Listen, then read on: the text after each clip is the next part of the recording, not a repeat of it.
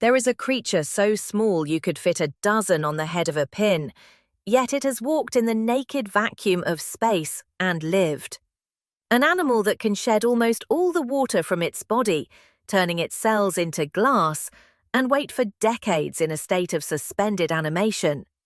It isn't science fiction, it's a real animal, a microscopic bear that has mastered the art of hitting pause on life itself. It can dry into a lifeless speck, endure conditions that would destroy nearly anything else, and then, with a single drop of water, it can wake up and simply walk away.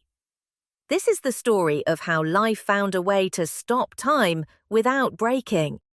We call it the tardigrade, which means slow stepper. But most people know it by its more charming name, the water bear. And when you see one lumbering along under a microscope, you understand why. It looks like a microscopic 8-legged gummy bear, a plump sausage with clumsy legs and tiny claws, like a mountaineer's crampons in miniature. They are ancient, with fossils dating back over 500 million years. And they are everywhere. They live on every continent, from the highest mountains to the deepest seas. But you don't need a submarine or a Sherpa to find one. You just need to look in the damp places of the world. The cushion of moss by your doorstep is a dense green jungle teeming with them. A forgotten gutter on a rooftop is their Serengeti. They navigate the thin, shimmering film of water that clings to lichens, soil, and fallen leaves, grazing on bacteria and plant cells like miniature cattle. For a creature called a water bear, its greatest trick is learning to live without water. When its tiny world begins to dry, the tardigrade doesn't panic. It prepares. It pulls in its head and its 8 stubby legs, tucking them away as its body begins to contract. It sheds over 95% of its body's water, shrinking into a compact, symmetrical, seed-like capsule called a ton. The name is simple. It just means the animal now looks like a tiny barrel. Inside this state, which scientists call anhydrobiosis, life grinds to an almost complete halt. Its metabolism plummets to less than 1/100th of 1% of its normal rate, so low that it becomes undetectable by our instruments. It isn't hibernation, it's a profound pause, a state so close to death that, for all practical purposes, the line becomes blurry. How can any living thing survive being turned into a dry husk? The answer isn't magic, it's a masterpiece of biochemistry. Many other creatures that survive drying, like brine shrimp, pack their cells with a special sugar called trehalose, which forms a protective glass. But many tardigrades evolved a different solution. They manufacture unique proteins, known as tardigrade-specific intrinsically disordered proteins. When wet, these proteins are floppy and shapeless, but as the water leaves, they link up, organizing themselves into a vast supportive network. They turn the cytoplasm, the jelly inside the cell, into a smooth, non-crystalline solid, a biological glass.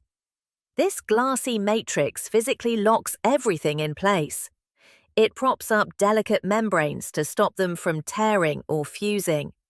It cradles other proteins and enzymes, holding their complex shapes so they don't unravel and become useless junk. Then, for its most precious cargo, the tardigrade has another defense. Its DNA is shielded by a protein called Dsup, for damage suppressor. It wraps around the DNA molecule like a microscopic cushion, physically shielding it from harm, particularly from the destructive chemical shrapnel created by radiation. This transformation, however, has rules. To enter the ton state safely, most tardigrades need to dry out slowly. This gives their cells time to produce the protective proteins and organize the glassy interior. Dry them too fast, and their delicate machinery shatters. The revival must also be gentle. When water returns, it seeps in slowly, melting the protein glass and reactivating the cell's machinery in an orderly way. If you flood a ton with water too quickly, the sudden osmotic pressure can be catastrophic, causing the cells to literally burst. It's a delicate dance between life and suspended animation. When it reawakens, the tardigrade also kicks its internal repair crews into high gear. It begins fixing any DNA that was damaged, mopping up harmful oxidized molecules, and methodically rebuilding any parts that suffered during the long sleep. The pause is for survival. The wake-up is for repair. So just how tough is a tardigrade in its glassy ton state? In 2007, the European Space Agency decided to find out in the most direct way possible. On the FOTON-M3 mission, they bolted trays of dried tardigrades to the outside of a satellite and launched them into low Earth orbit. For 10 days, these microscopic animals were exposed to the raw, hostile environment of space.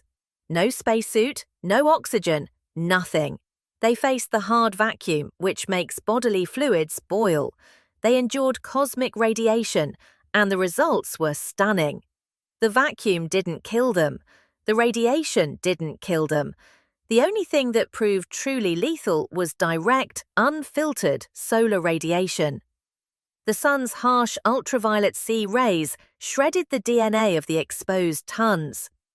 But the tardigrades that had even a small amount of shielding from the UV light, they survived. Back on Earth, scientists added water and the tiny astronauts unfurled, crawled away, and some even went on to produce healthy offspring. They had taken a spacewalk without a suit and returned to start a family. Their resilience goes far beyond the vacuum of space. When it comes to radiation on Earth, their tolerance is almost unbelievable. In the ton state, some species can withstand doses of 5,000 Gray or more. For context, a dose of just 5 Gray is lethal to a human. For temperature, many species can be briefly dipped in liquid nitrogen at -196 degrees Celsius and survive. They can be heated to over 100 degrees Celsius for short periods. They can withstand pressures 6 times greater than those found in the deepest part of the ocean, the Mariana Trench. But here is the crucial caveat. This legendary toughness belongs almost exclusively to the dry, glassy ton. A hydrated, active water bear is actually quite fragile. In its normal state, it's just another tiny animal. Temperatures that we would consider a hot bath can be lethal. Its superpower is not being indestructible, it's the ability to put on its indestructible armor. If a tardigrade can survive space, can it also conquer time? In a way, yes. In the 1980s, a team of researchers in Antarctica collected samples of moss and lichens, which were then stored in a freezer at a steady -20 degrees Celsius. For over 30 years, they sat in the dark and cold. In 2014, scientists thawed a sample, carefully moistened the ancient frozen moss, and waited. And under the microscope, something moved. A single tardigrade of the species Acutuncus antarcticus unfurled its legs and began to crawl. It had been in a frozen, suspended state for 30.5 years. The researchers watched as it began to eat and, within a few weeks, laid a clutch of eggs. Several of those eggs hatched. It wasn't just survival, it was the continuation of a life, paused for a generation. This is more than just a curiosity. It's a potential blueprint for solving human-scale problems. The tardigrade's ability to stabilize its cells without water could revolutionize medicine. Many modern vaccines and medicines require constant, unbroken refrigeration to remain effective, a system we call the cold chain. This makes it incredibly difficult and expensive to get them to remote or developing parts of the world. But what if we could use the tardigrades' glass-making proteins to make vaccines that are stable at room temperature? A vial of medicine could be dried, stored on a shelf for months, and then rehydrated with sterile water just before use. The tardigrades trick could one day save millions of lives. And then there's the Dsup protein, the genetic radiation shield.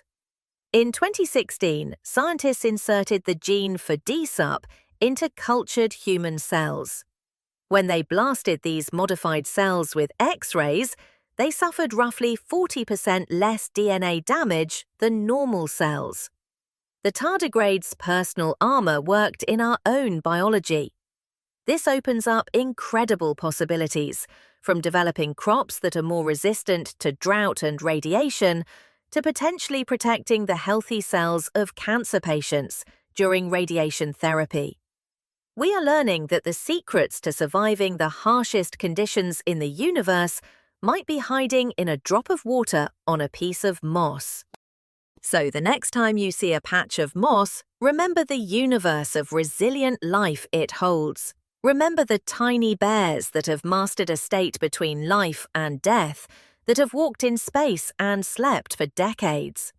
They are not immortal, and they are not invincible. They are simply one of evolution's most elegant solutions to an impossible problem: how to endure the unendurable. With a drop of water, the glass inside them melts. Tiny claws reach out. An ancient, microscopic machine shuffles on, proving that sometimes the greatest strength isn't in fighting the storm, but in having the wisdom to simply wait for it to pass.